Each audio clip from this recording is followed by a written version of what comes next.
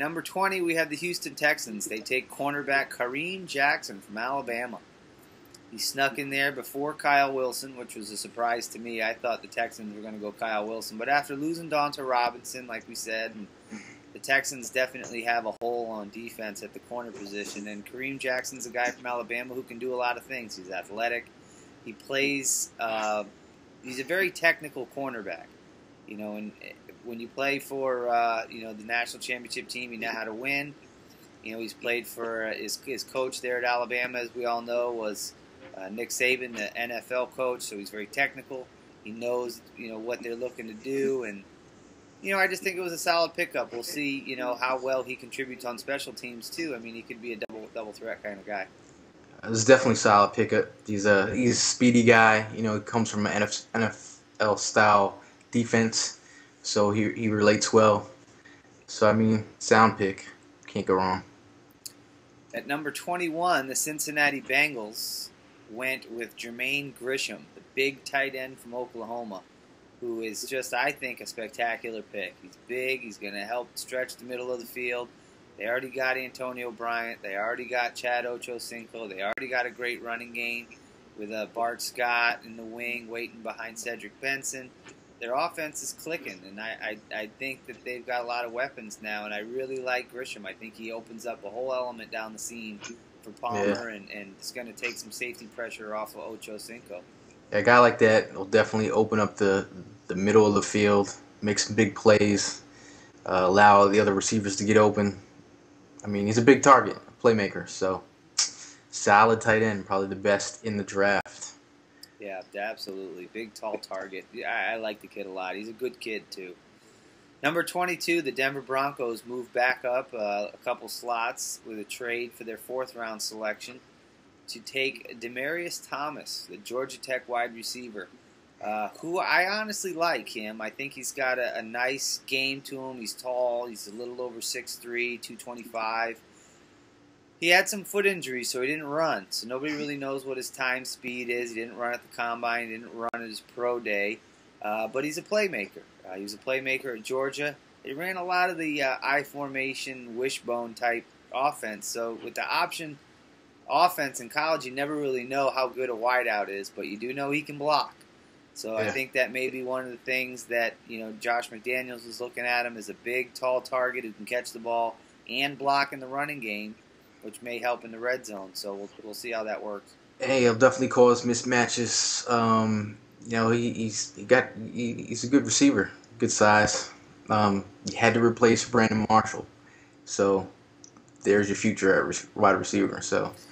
Yeah, I think a lot of Bronco fans were surprised it wasn't Des Bryant, but obviously McDaniels is sending the message that character matters, and he wants a team full of guys that are, going to not cause any ripples in the lake, so to speak. It's his show, and that's that, really. I don't know what else to say. Yeah. At number 23, you got Brian Beluga from Iowa. And this kid looks like he should be a Packer right from the jump. You look at him, you think Green Bay Packer. He's a big, strapping offensive tackle who's going to come in and help keep Aaron Rodgers on his feet. I mean, Aaron Rodgers got creamed last year. He was on his back more than he cares to remember. So, they needed some help, and they got it. I think Beluga was a good pick. Yeah, definitely a good pick. I mean, for where he went in the draft, the beginning of the offseason, you probably would have said that this guy would be in the top 10, top 15. So, I mean, for them to get him at that number in the first round, quality pick. Yeah, absolutely. A lot of mocks had him going number 6 to Seattle, so 23, that's great value. Then at number 24, the Dallas Cowboys jump in. They make a trade for Des Bryant, the Oklahoma State wide receiver. And he does his thing by catching the ball and taking it to the house after the catch. He's a guy who's a big play receiver. Had to take a year off, some NCAA violations. There's been some character concerns, but Des Bryant is a playmaker.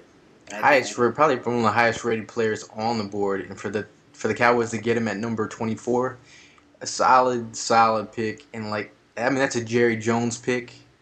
and he's sticking by his pick. And that actually also says that he made a mistake with bringing in Roy Williams. That's picking up Des Bryant actually, kind of subtracts from the error that he made a couple of years ago, giving up all those picks. So that's a Jerry Jones pick. Think of Michael Irvin 2.0. Yep, there you go. I don't want to see him. Yeah, he's going to be good, I think. I like him and Miles Austin. He's going to, I think Roy Williams will be on his way out sooner rather than later. And, they're going to have a nice little combo. Yeah. And at number 25, we're going to have the most discussed and talked about pick in the NFL draft. The Denver Broncos trade a second round, a third round, and a fourth round pick to jump in and take Tim Tebow, Florida quarterback, at 25. And I'm going to go ahead and step out and let Gail take over on this one. Like I said to Steve, I think Jesus took the wheel on this trade. I love Tim Tebow's heart. I love his athletic ability. I love that he's a winner. I mean, I can't take that away from him. If you love the guy, he's definitely a character guy, and he's the kind of guy that's a blue collar worker that's gonna do whatever the head coach needs him to do. And for McDaniel's style of play, that's his kind of guy.